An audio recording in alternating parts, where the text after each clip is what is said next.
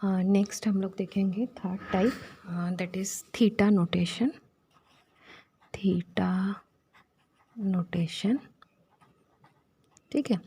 And ये जो है used to find out upper and lower bound of a given function, ठीक है। तो ये अपर और लोअर बाउंड दोनों को फाइंड आउट करने के लिए हम यूज़ करते हैं। सो जो भी मेरा फंक्शन गिवन है, ठीक है, let the function be suppose T N मेरा फंक्शन गिवन है, ठीक है। तो इसका पहले एक बार ग्राफ देख लेते हैं। तो बोलता है सबसे पहले तो तुम एक टी एन को बना लो, ये मेरा टी एन फंक्शन है, ये मेरा गिवन फंक्शन है। सो सबसे पहले हमको देखना है इसका अपर बाउंड और इसका लोअर बाउंड, ठीक है। तो अगर हम इसका लोअर बाउंड देखेंगे तो हो सकता है इसका लोअर बाउंड शुरू से नीचे ही रहे, लेकिन हो सकता है ये इन बिटवीन कभी अपर फिर लोअर फिर ये अप, ये ऐसे, ठीक है।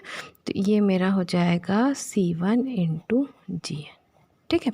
तो बोलता है इस पॉइंट के बाद ये जो मेरा लोअर बाउंड है, ये जो है ये फंक्शन जो gn है, ये मेरा कुछ कांस्टेंट वेरिएबल के साथ ये हमेशा डिक्रीजिंग होगा with respect to the given function tn, ठीक है।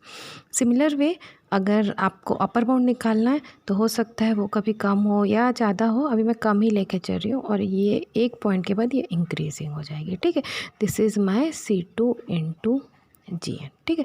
तो बताइए ये जो टी एन है ये इसका अपर बाउंड है और ये क्या है, लोअर बाउंड, यानी इस पॉइंट के बाद let this point B n0, और ये मेरा क्या है आपका इनपुट को आप बढ़ाते जा रहे हैं, ठीक है। तो जैसे आप बढ़ते जा रहे हो तो एक पॉइंट आएगा n0, इसके बाद आपका ये जो g1 with some constant c1, आपका ये जो टी एन है ये जो है बढ़ते जाएगा और ये घटते जाएगा, और ये जो C2GN है ये इंक्रीज़ होते जाएगा, लेकिन TN जो है उससे कम ही रहेगा। तो this is the upper and lower bound, इसी को हम बोलते हैं थीटा नोटेशन। ये बेसिकली कॉम्बिनेशन है आपका बिग ओ का और बिग ओमेगा। बिग ओमेगा देखो आपका लोअर बाउंड फाउंड आउट करता है, और ये आपका यस ओमेगा, और ये आपका क्या है ओ नोटेशन, ठीक है।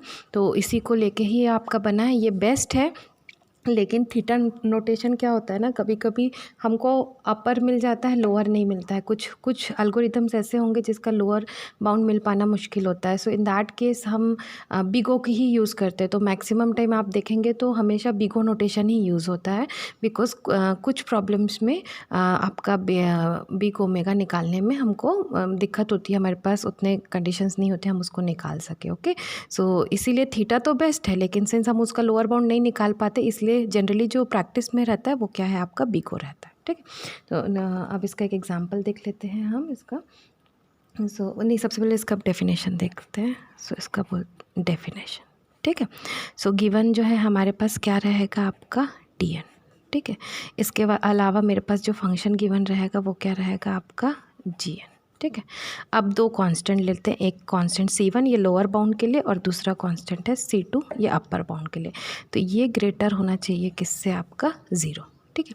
इसके अलावा एक n होगा, ठीक है, ये वाला n जो ग्रेटर या इक्वल होगा किससे आपका n0। इस पॉइंट के बाद आपका जो C1 इंटू जी एन जो है वो डिक्रीजिंग होते जाएगा, और इस पॉइंट n0 के बाद C2 इंटू जी एन क्या होगा आपका इंक्रीजिंग होते जाएगा, ठीक है।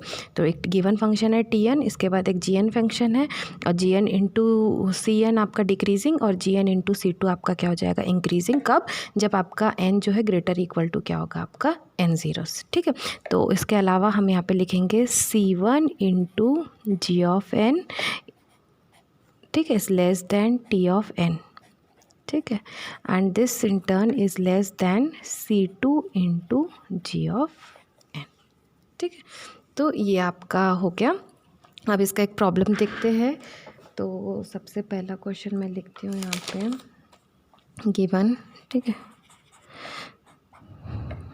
Tn equal to 23n plus 5, ठीक है। तो सबसे पहले हम लोअर वाला निकालेंगे। तो लोअर वही बिग ओमेगा, तो आपका जो 23n है ये लेस होगा किससे, 23n प्लस 5 से, ठीक है। तो यहाँ पे ये क्या है आपका C, और ये क्या है आपका g ऑफ n, ठीक। ये लोअर, अब अपर निकालते हैं। अपर जो है आपका 23n plus 5 is less than equal to 23n plus 5। इसको और प्रिसाइसली लिख सकते हैं 23n प्लस n, तो ये क्या हो जाएगा 24n। तो ये क्या हो गया आपका C, ठीक है। और ये क्या हो गया आपका, ये C2 हो गया, और ये क्या हो गया आपका G ऑफ n, ठीक है। तो अब इसको फाइनल लिखेंगे हम लोग इसको। सो अब हमको जो मिल गया लोअर बाउंड क्या मिला हमको, लोअर बाउंड हमको मिला है 23n less than equal to 23n plus 5 less than equal to 24n, ठीक है। तो मेरा यहाँ पे अगर हम देखेंगे, this is my C1, this is my Gn, this is my C2, this is my Gn। So आपका ये, और ये क्या है, given function Tn। So Tn equal to theta G of n। So Tn की वैल्यू कितनी हो गई हमारी, Tn की वैल्यू हो गई, G ऑफ n कितना है मेरा n, so theta n, and this is my answer. Okay, this is my answer. एक और क्वेश्चन देख लेते हैं जल्दी से। सेकंड क्वेश्चन देखते हैं। Tn equal to 27n square plus 16n। So अब हम लोअर इसका निकालेंगे। लोअर जो है मेरा 27n square less than equal to 27n square plus 16n। Yes, this is my C1, this is my Gn, ठीक। अपर निकालेंगे, सिंपल है, 27n square plus 16n less than equal to आपका हो जाएगा 27n square plus 16n। This is nothing but 27n square plus आपका 16n को मैं लिख दूँगी सिंपली n स्क्वेयर, तो ये हो जाएगा 28n square. Okay, so this is my C2 and this is my G of n। Yes, और यहाँ पे ये क्या था आपका 16n, सो इसमें n ज़ीरो जो हो जाएगी वो कितनी होगी आपकी 16। सो फाइनली इसको समराइज़ करके लिखेंगे 27n square less than equal to 27n square, ठीक है, 27n square plus 16n less than equal to 28n square।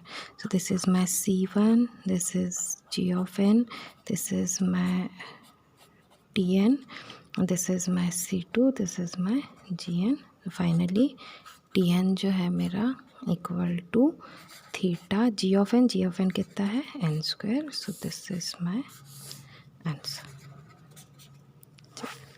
देख लीजिए एक बार इसको, स्टॉप।